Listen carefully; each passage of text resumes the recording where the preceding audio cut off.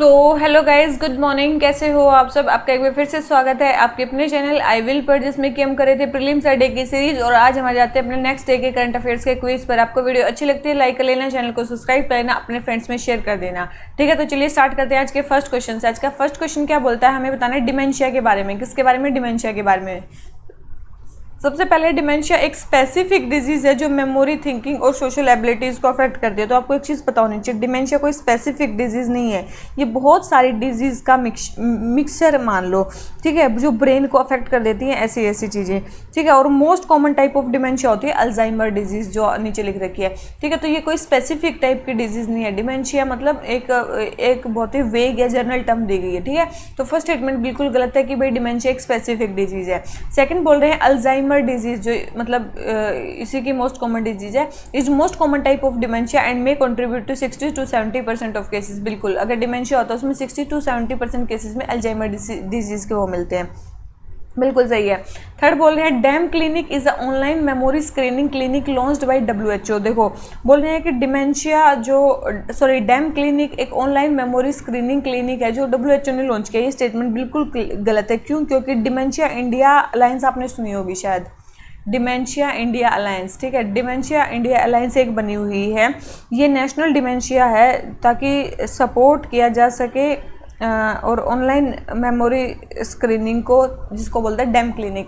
ठीक है, तो ये WHO ने नहीं, इंडिया ने लॉन्च किया है। ठीक है, डिमेंशिया इंडिया अलायंस ने लॉन्च किया है हमारा क्या, डैम क्लिनिक। तो थर्ड स्टेटमेंट रॉन्ग है, फर्स्ट स्टेटमेंट रॉन्ग है, सेकंड स्टेटमेंट हमारी करेक्ट है। हमें क्या बताना है? करेक्ट स्टेटमेंट बतानी है। तो करेक्ट तो केवल एक ही स्टेटमेंट है हमारी, वो है सेकंड स्टेटमेंट। ठीक है, समझ में आया डिमेंशिया के बारे में? तो ये क्वेश्चन हो गया हमारा क्या, आंसर ए हो गया। आ जाते हैं अपने नेक्स्ट क्वेश्चन पे। ठीक है, नेक्स्ट क्वेश्चन हमें क्या बोलता है? नेक्स्ट क्वेश्चन है हमारा किसके बारे में? एल्यूमिनियम 26 के बारे में। किसके बारे में? एल्यूमिनियम 26 के बारे में। सबसे पहले एल्यूमिनियम 26 एक नॉन रेडियो एक्टिव आइसोटोप है जो ओवर टाइम डिके करता है। देखो, बिल्कुल गलत स्टेटमेंट दे रखी है। ये क्या है? एक रेडियो एक्टिव आइसोटोप होता है। क्या होता है? एक रेडियो एक्टिव आइसोटोप होता है जो ओवर टाइम डिके करता है और सोलर सिस्टम के फॉर्मेशन की अंडरस्टैंडिंग के लिए बहुत ज़्यादा जरूरी है।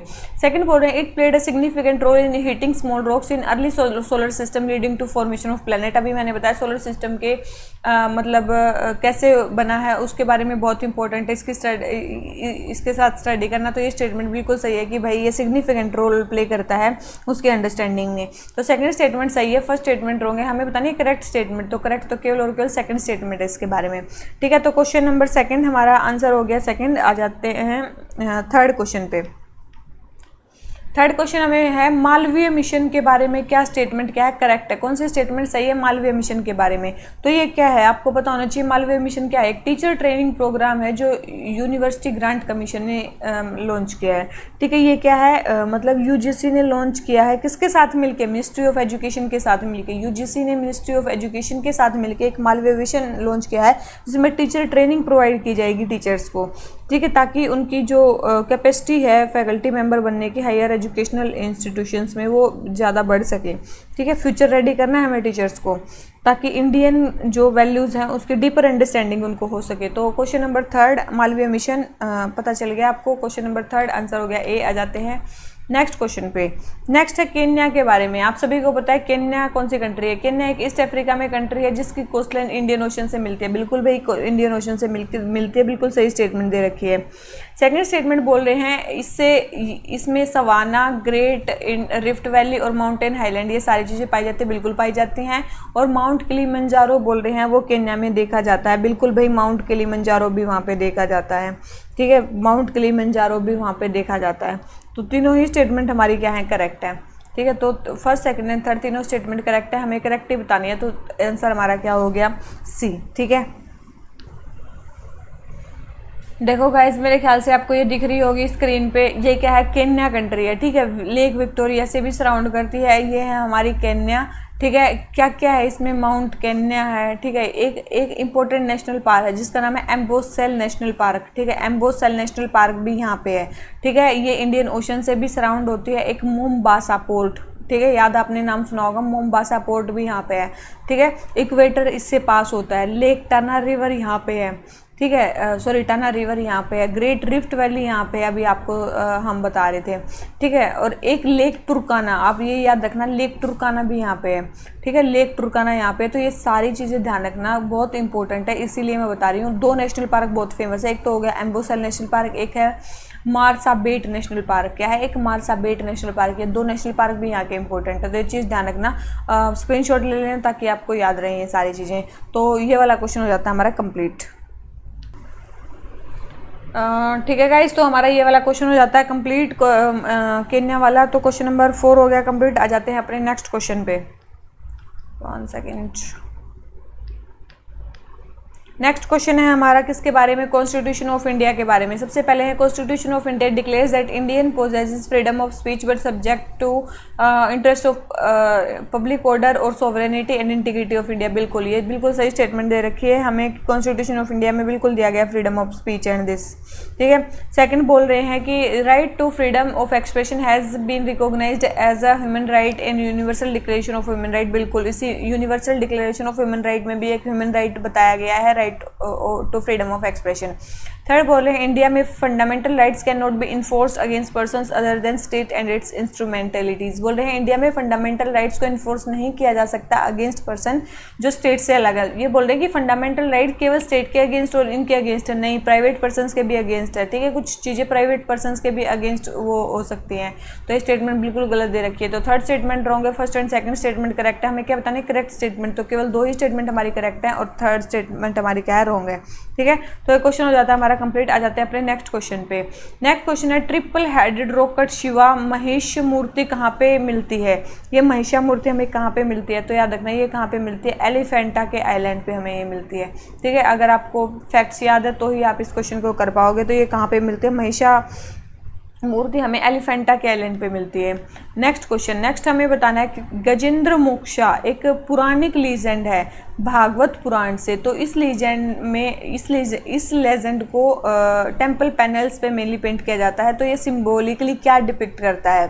ठीक है, क्या डिपिक्ट करता है? तो ये क्या डिपिक्ट करता है? याद रखना, ये क्या डिपिक्ट करता है? ये डिपिक्ट करता है विष्णु ने जो सप्रेशन किया था असुर का, जिन्होंने एलिफेंट की फॉर्म ले रखी थी, उसको रिप्रेजेंट करता है गजेंद्र मोक्षा, ठीक है। किसको? गजेंद्र मोक्षा,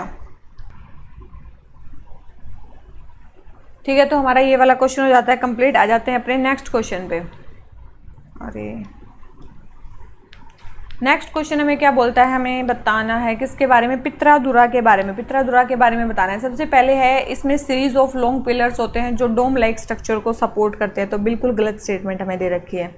क्या दे रखी है? हमें बिल्कुल गलत स्टेटमेंट दे रखी है, ये नहीं होता पित्रादुरा। सेकंड बोल रहे हैं it was used on large scale in Taj Mahal by सांझा। सांझा ने इसको लार्ज स्केल पे यूज़ किया था। ये स्टेटमेंट क्या है हमारी? बिल्कुल सही है, ये स्टेटमेंट क्या बिल्कुल सही है। इसमें क्या किया जाता है? मेनली जो वाइट मार्बल है ना, उस पर फ्लोरल डिज़ाइन बनाए जाते हैं सेमी प्रीशियस स्टोन से। उस टाइप को डेकोरेशन को बोलते हैं पित्रादुरा। ऐसा नहीं है पिलर्स वगैरह, ये नहीं है। मतलब जब वाइट उस पर कोई फ्लोरल वगैरह डिज़ाइन बनाए जाते हैं उसको बोलते हैं।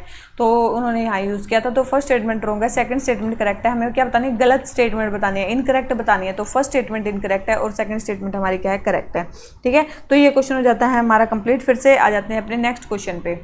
आसान सा था। तिरुमलाईपुरम पेंटिंग्स किसने पेट्रोनाइज की थी? ये आपको पता होना चाहिए भाई, नहीं पता है तो फिर क्या बता सकते हैं। तिरुमलाई जो पेंटिंग्स है वो किसने पेट्रोनाइज की थी? वो करी थी पांड्याज ने पेट्रोनाइज। किसने की थी? पांड्याज ने पेट्रोनाइज किया था इनको, ठीक है। तिरुमलाईपुरम केव्स और जैना केव्स मतलब आपने सुनी होंगी जो सितान वसाल में है, ठीक है। एक तो तिरुमलाईपुरम आपने सुना होगा, तिरुमलाईपुरम में, और ये जो जैना केव्स आपने सुना होगा, जैना केव्स का नाम जो सितानवे साल में है, ठीक है। तो इनमें आपको तिरुमलाईपुरम की पेंटिंग्स आपको देखने को मिलती है। ये किसके टाइम पे थी? पांड्यास के टाइम पे थी, ठीक है। तो ध्यान रखना। तो इसका क्या हो गया? सेकंड स्टेटमेंट हमारी करेक्ट है। तो क्वेश्चन नंबर 9 आंसर हो गया बी। आ जाते हैं अपने नेक्स्ट क्वेश्चन पे। नेक्स्ट क्वेश्चन हमें बोलता है सेंट्रल और राजस्थानी स्कूल ऑफ पेंटिंग में कॉमन क्या है? बोले सेंट्रल इंडियन और राजस्थानी स्कूल ऑफ पेंटिंग में कॉमन चीज़ें क्या हैं?